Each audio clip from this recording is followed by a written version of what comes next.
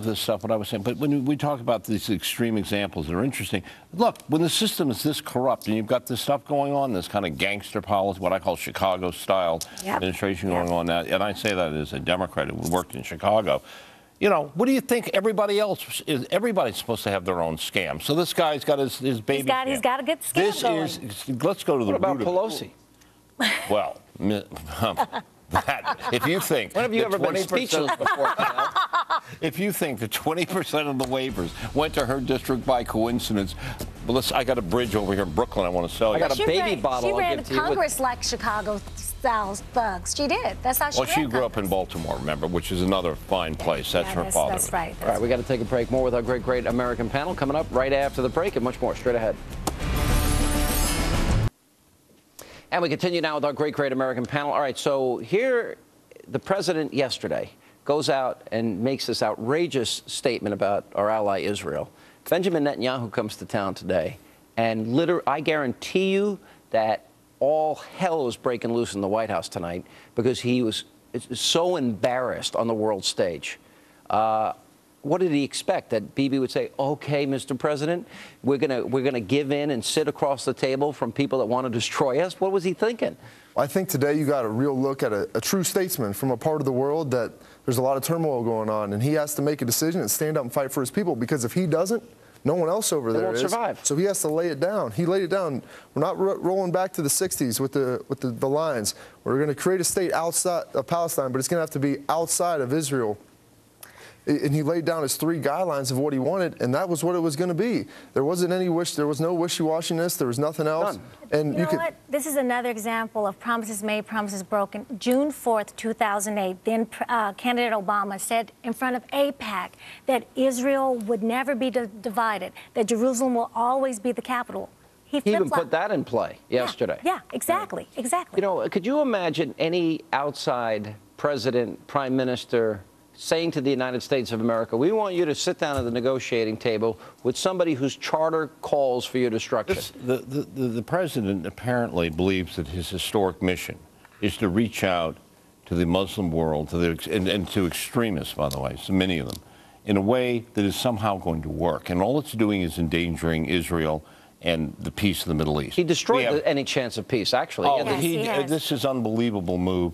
He has so shattered any chance. This is the second time in a row he tried to up the Israelis. By the way, he played a Pakistan on them. He wasn't going to tell them in advance, you know, just like we didn't want to. But Pat, I just want to add, if you remember that Hamas actually endorsed Obama when he was running? Hamas has signed a deal with the PLA for this agreement, the PLO, but the authority, the Palestinian Authority. And they've allowed Hamas to say, oh, and by the way, we still don't favor the fact that they have a right to exist.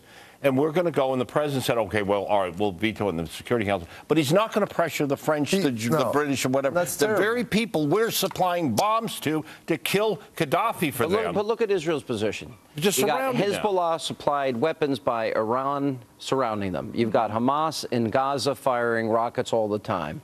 Lebanon, you got Gaza, you got Hamas, you got Egypt now, the Muslim Brotherhood. Right. You've got, you know, they're surrounded. What do they expect? Shame on Europe for not standing up with the United States on this issue. And if Barack Obama doesn't go over there and force their hand to side with us on the Security Council, that's a terrible move. And no, Hamas approved of what the president said yesterday. That's what I'm saying. Exactly, they applauded it. But let's look at it from a political standpoint. There were a lot of Jews that actually supported Obama, raised money for Obama. Hollywood Jews that raised Wall Street, the Journal says.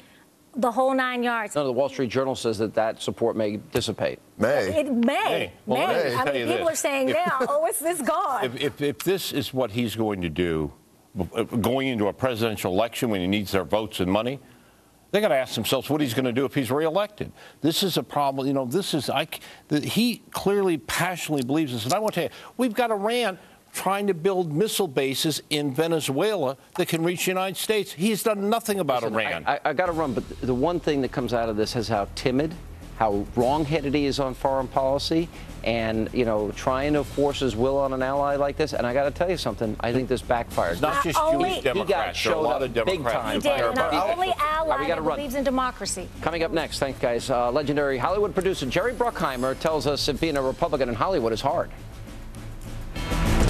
He is responsible for dozens of classic movies: Top Gun, Crimson Tide, Pearl Harbor, Armageddon, and many more.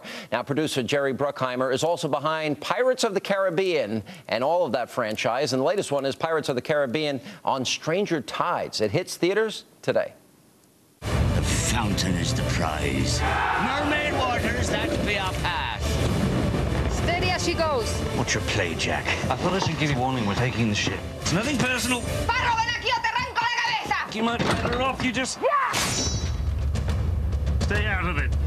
You are an incredible at what you do. Some of the best movies, some of the best shows, Amazing Race, Right. CSI. Right. I'm not sure about Flashdance, but That's one of ours. Days of Thunder, Top Right. Gun. I mean, I'll go through Crimson Tide, which I love.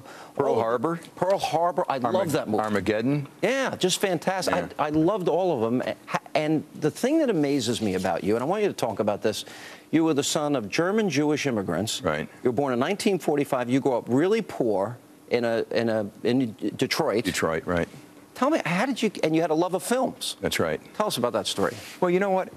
Ever since I can remember, my mom would drop me off at the theater on Saturdays to watch the matinees. And I fell in love with movies. I wanted to be part of that magic. I knew I wasn't going to be on the screen because that just wasn't my thing. Why not? But I knew I could do something behind the screen. And ever since I was little, what I would do is I organized a hockey team. I organized a baseball team. When I was 9, 10 years old, I got a sponsor. I got the kids together. So I knew I could get behind the scenes and make things happen. And that's what we do in Hollywood. We make things happen. Mm-hmm. Because that's amazing to me. My father would tell me, and he grew up really poor too, in Bed-Stuy in Brooklyn. And we used to be able, in the good old days, to see a double feature for a nickel. That's right. But he had that love. He really, he never got into film. How did you transition? Because I think this is the quintessential American success story. How did you make that transition and then become this great success that you are? You know what? I worked ever since I was a kid, 10 years old. I was a stock boy. I did, things through my dad, whatever jobs I could get. I always saved my money so I could go to college. That was the thing my parents always drummed in my head. You got to go to college. You got to go to college. You got to get an education. It's so important. Because they didn't have an education. They barely got through high school. So once I got into college, I went to the University of Arizona, graduated there. Wasn't a great student. But I have emotional intelligence, so I can, I have a drive and ambition. So I went and started in the mailroom in Detroit for an advertising agency because I had nobody in Hollywood. I didn't know anybody. So I worked my way into the television department because I worked really hard, helped the people who were in the television department doing stuff that they didn't want to do. So if it was weekends, if it was Sundays, if it was late at night, if it was a pickup at midnight at the airport, I'd be the guy to go do it. Amazing. So that's how you do it. You got to work hard. Good things happen. It's funny because I was washing pots, pans, and dishes every Friday, Saturday, and Sunday at a restaurant when I was 12. I was delivering papers when I was 8.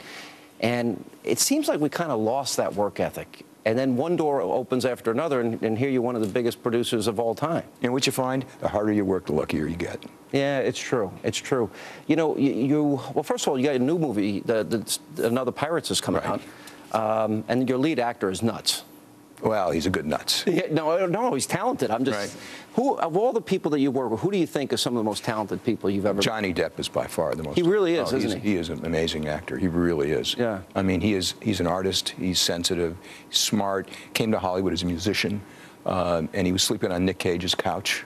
Wow. And Nick said, "You should see my agent. You're a good-looking guy." First job he went up for, he got, and he rose from there. But he's a sweetheart. He's got 2 beautiful kids, and he loves them. Yeah, I also know that you work with Gary Sinise, who's a friend of mine and who I like a lot. You've not been shy about some of your political views, and you've supported some Republicans. I've talked to a lot of actors over the years, and they often tell the story that does not help them in their pursuit of their profession. It obviously hasn't hurt you.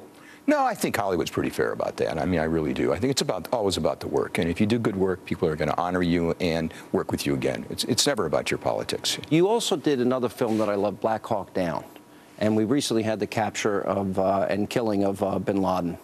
And as I was preparing for this interview, I'm thinking, what would you do with that story? Well, what you do is you try to hire a terrific author to really research it and talk to the men. Black Hawk Down, Mark Bowden interviewed 100 of the men that went over there, got their stories, talked to them, and he's an honest man. They opened their hearts to him and told me actually what happened there. And we have another book called Horse Soldiers, with the same Doug Stanton went out and interviewed a lot of the men who were the first people into Afghanistan right after 9/11. You know, and they were there to protect their families. That's why they went over there, and that's what it's all about. How did you get this love for the military? Because you really, and by the way, that Black Hawk Down movie, it breaks your heart. Right. You know, anybody that loves the military and appreciates their freedom, I mean, what they had to endure and what they went through, I mean, was unbelievable. They protect our freedom. They protect our freedom. They protect our shores, and you got to tip your hat to them. They put their lives at risk all the time. When you talk to them, they'll say it's about country, family, and that's what they're about. They're about their country. And one more thing before we go tonight. On last night's program, our guest, Crystal Ball, claimed that there was an ad produced by the Independent Institute, which she classified as a conservative organization. Now, she said the ad depicted senior citizens being thrown out of planes as a metaphor for conservative opposition to Obamacare. Well, the Independent Institute says they did not create any such ad and do not identify themselves as a conservative organization. So we'd like to set the record straight for all, and especially Crystal. And that is all the time we have left this evening. Up next, a Fox News special, Secrets of 9/11. Hope you have a great weekend. We'll see you back here on Monday night. Thanks for being with us.